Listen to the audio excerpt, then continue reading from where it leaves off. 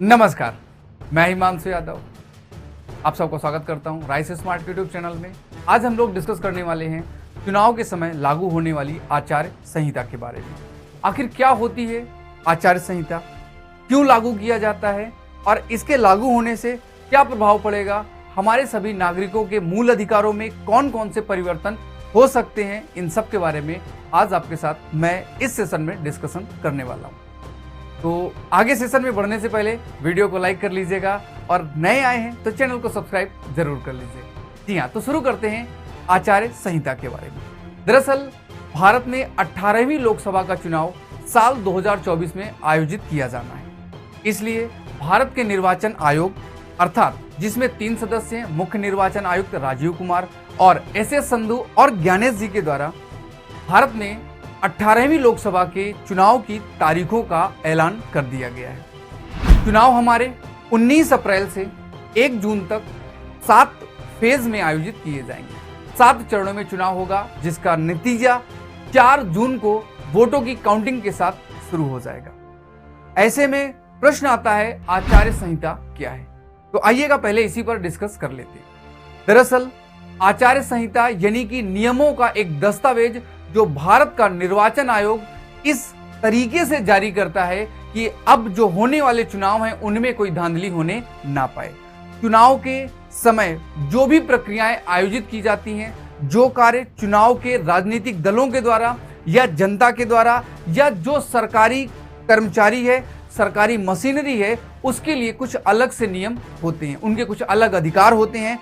क्या करना है, क्या नहीं करना है, क्या उचित है, क्या अनुचित है, ऐसी बातों को हम जानते हैं। जब चुनाव की घोषणा हो जाती है उसके बाद से एक आचार संहिता लागू की जाती है। आचार संहिता का मतलब, पहले संहिता का मतलब समझिए। संहिता का मतलब नियमों का एक पुंज, एक पुस्तक, एक बुक, कुछ धाराएं जो पॉइंट टू पॉइंट लिखी गई होती है। और आचार संहिता जब चुनाव के लिए हो तो उसे कहा जाता है चुनाव की आदर्श आचार संहिता। यानी कि हम यहाँ पर किसी दंड की कोई बात नहीं कर रहे हैं, बल्कि यह अपेक्षा कर रहे हैं चुनावी पार्टियों से, भारत की जनता से, भारत के लोगों से, सरकारी मशीनरी से कि वह चुनाव का सही ढंग से संचालन करे, उसमें प्रतिभागी बने और उसमें सहयोग करे। और लोकतंत्र की जो प्रथम मूल अवधारणा है कि प्रत्येक व्यक्ति इस लोकतंत्र में सरकार के चुनने में सहयोगी बने, उसे सार्थक किया जाए। तो इसलिए आचार संहिता का निर्माण किया जाता है कि यह गड़बड़ ना होने पाए, चुनाव की प्रक्रिया सही ढंग से संचालित हो पाए और राजनीतिक दल अपने पावर का बेकार में अथक गलत प्रयोग ना कर पाए। क्योंकि जैसे उदाहरण के लिए मान लीजिए आज वर्तमान में कोई सांसद या कोई विधायक है और जब चुनाव होगा तो वह अपने क्षेत्र के पुलिस बल का या अपने क्षेत्र की सरकारी मशीनरी का हो सकता है गलत तरीके से प्रयोग करे। तो ऐसे गलत प्रयोग से हम उस क्षेत्र की जनता को बचाने के लिए भारत का निर्वाचन आयोग एक आचार संहिता का निर्माण करता है। तो क्वेश्चन ये आया कि भारत में आदर्श आचार या आदर्श चुनाव संहिता कब से लागू होती है। पहली बार जब भारत में आम चुनाव हुए। आम चुनाव का मतलब होता है ऐसे चुनाव जो लोकसभा से संबंधित होते हैं। जब पहली बार भारत में चुनाव हुए 1951-52 में, ऐसी कोई आचार संहिता नहीं थी। दरअसल भारत में पहली बार जब केरल के विधानसभा का चुनाव 1960 में आयोजित किया गया, तब पहली बार आदर्श चुनाव संहिता को लागू किया गया। आगे आने वाले समय में 1962 में जब तीसरी लोकसभा का चुनाव आयोजित किया गया तो संपूर्ण भारत में आदर्श आचार संहिता लागू की गई। अगर राज्य का चुनाव होता है तो आचार संहिता मात्र उस राज्य की सीमा के अधीन होती है, राज्य की सीमा के अंदर लागू होती है। लेकिन जब केंद्र सरकार में चुनाव होता है, लोकसभा का चुनाव होता है, तो संपूर्ण भारत में आचार संहिता लागू की जाती है। तो आपको समझ में आ गया पहली बार आचार संहिता कब लागू की गई। अगला क्वेश्चन यह आता है कि आचार संहिता से हम सबके जीवन में क्या प्रभाव पड़ने वाला है। तो हमारे आम जन समुदाय के बीच आदर्श चुनाव संहिता से कोई लेना देना नहीं है, हमें कोई दिक्कत इससे होने वाली नहीं है। मैं दिक्कत की बात कह रहा हूं, अगर आप गलत करोगे तो किसी भी समय आपको सजा हो सकती है। सामान्य परिस्थिति में आप सामान्य जीवन यापन करेंगे, कोई दिक्कत कोई परेशानी नहीं होगी। आदर्श आचार चुनाव संहिता की घोषणा जिस दिन इलेक्शन के डेट की घोषणा की जाती है उसी दिन से लागू हो जाती है और जिस दिन चुनाव के परिणाम सामने आ जाते हैं, वोटों की काउंटिंग हो जाती है, परिणाम सबके समक्ष हो जाते हैं, उसी के साथ आदर्श आचार चुनाव संहिता समाप्त होती है, खत्म की जाती है। मेरे पास एक साइकिल की दुकान है, मेरे लिए यहां पर कोई दिक्कत नहीं है, मेरा इससे कोई लेना देना नहीं। यह संबंधित किससे है? सरकारी मशीनरी से। चुनाव में जो लोग चुनाव लड़ने वाले हैं उनके लिए यह बनाया गया है। इसमें आदर्श शब्द का मतलब क्या है कि आपसे हम यह उम्मीद करते हैं कि आप भ्रष्टाचार चुनाव में नहीं करोगे, पैसे का प्रयोग नहीं करोगे, चुनाव के समय आप मत पेटियों को उठा नहीं ले जाओगे। पहले के समय में जब चुनाव होता था तो बाहुबल में लोग वोटों की जो पेटी होती थी जिसमें बैलेट पेपर डाला जाता था उसे ही उठा ले जाते थे। अभी भी कई बार देखा गया, सुनने में भी आया है कि कई ट्रक ईवीएम मशीन पकड़ी गई। तो ऐसा कोई कार्य ना हो, यह सब गलत है। इसे ही हम आदर्श चुनाव संहिता के तहत शामिल करते हैं कि ऐसी कोई गतिविधि नहीं होनी चाहिए।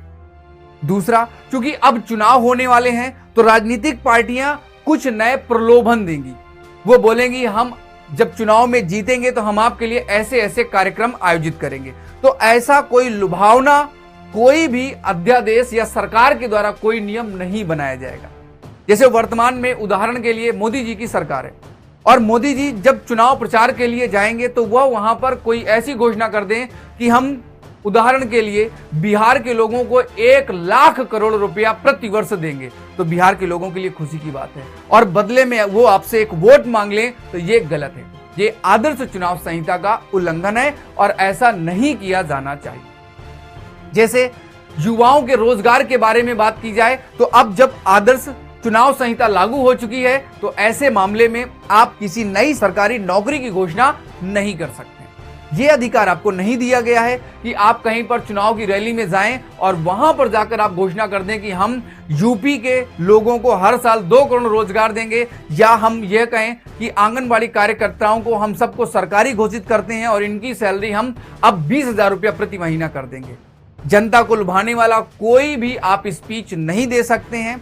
अपने बारे में बताएं, आगे भविष्य में जो हम कर सकते हैं उसके बारे में बताएं, लेकिन ऐसा कोई बात नहीं करना जिससे जनता एक साथ आपकी तरफ आ जाए। सरकारी मशीनरी का प्रयोग नहीं करना है, धनबल का प्रयोग नहीं करना है और इसके साथ आपको जो चीजें मिली हैं उनका प्रयोग आप अपने हित में करेंगे, दूसरे हित में नहीं। जैसे अगर आप एक मंत्री हो और आप शिक्षा मंत्री हो तो इस समय शिक्षा के बारे में ज्यादा प्रमोशन करने की जरूरत नहीं है। जो नियम पहले से चल रहे हैं वही करने हैं। किसी चुनावी रैली में जाकर अपने बारे में और आगे आने वाली शिक्षा के बारे में ज्यादा आपको डिटेल नहीं बताना है कि हम शिक्षा में ऐसा परिवर्तन कर देंगे। ऐसी कोई बात वहां पर नहीं करनी जिससे जनता आपकी तरफ आ जाए। हम अपने धर्म के मामले में, जैसे कुछ लोग हिंदू हैं वो हिंदू मंदिर में जाकर लोगों को समझाएं या मुस्लिम मस्जिद में जाकर लोगों को समझाएं, ऐसा कोई भी चुनाव प्रचार करने की छूट नहीं होती। एक चुनावी पार्टी को अगर 50 लाख रुपया खर्च करने की छूट दी गई है तो आदर्श चुनाव संहिता में वह अपने प्रमोशन के लिए 50 लाख का ही खर्च करेगी, उससे ज्यादा का खर्च नहीं करेगी, अन्यथा इसे आदर्श चुनाव संहिता का उल्लंघन माना जाएगा। पहले के समय में लोग अपनी दीवारों को, घर के आसपास की जितनी दीवारें थी सबको पेंट करा के अपने वोट के लिए लिखवाते हैं, लेकिन जब आदर्श चुनाव संहिता लागू हो जाती है तो ऐसा कोई भी प्रचार दीवारों में नहीं किया जाता है। सरकार के किसी भी कार्यक्रम में भी इस तरह का प्रचार नहीं किया जाता है। ये सब उल्लंघन माना जाता है। तो अब अगला एक क्वेश्चन आता है कि क्या सरकारी नौकरियों के वादे बीच में किए जा सकते हैं? तो नहीं, अब कोई नई सरकारी नौकरी की कोई नोटिफिकेशन जारी नहीं होगा यदि उसका उल्लेख पहले से नहीं किया गया। अगर पहले से ही किसी संस्था ने जो एग्जाम कराती है उसने अपना कैलेंडर दे रखा है कि मैं अप्रैल के महीने में अपने फॉर्म निकालूंगा, तो वो बात पहले से बता रखी गई है, उसका चुनाव से कोई लेना देना नहीं है। अर्थात नई वैकेंसी आ सकती है अगर उसके बारे में डिटेल पहले से दी जा चुकी है, तो वो कैलेंडर में पहले से शामिल है, तो नई कोई वैकेंसी की घोषणा नहीं की जाएगी। दूसरा, अगर कोई एग्जाम इस दौरान लागू है, अगर उसकी डेट पहले से फिक्स है तो वह एग्जाम भी आयोजित किया जाएगा, उस पर आचार संहिता से कोई दिक्कत नहीं है। आचार संहिता के दौरान आप कुछ भी गलत प्रलोभन नहीं दे सकते। यह है आपका आचार्य चुनाव संहिता, जो कि चुनाव के समय लागू की जाती है और जनता से अपील की जाती है कि वह इस तरह का ध्यान रखे। और अगर ऐसा कुछ होता है कि कोई सांसद, मंत्री, विधायक या चुनाव में जो व्यक्ति उम्मीदवार बनने जा रहा है वह अपने आसपास की जनता को कोई नए लुभावने या धार्मिक सांप्रदायिक रूप से हिंसा फैलाना चाहता है या आदर्श आचार्य चुनाव संहिता का उल्लंघन करने जा रहा है तो वह उसका वीडियो बनाकर अपलोड कर सकता है। यह वीडियो 5 मिनट से पुराना नहीं होना चाहिए, 2 मिनट का वीडियो होना चाहिए। इसके लिए हमारे निर्वाचन आयोग ने एक एप्लीकेशन जारी किया है जिसका नाम CVGIL है, CVIGIL।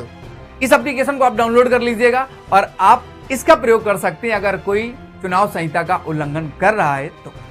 मुझे दीजिएगा आज के लिए इजाजत। उम्मीद करता हूं आपको ये सेशन समझ में आ गया होगा। बहुत बहुत धन्यवाद। Thank you so much.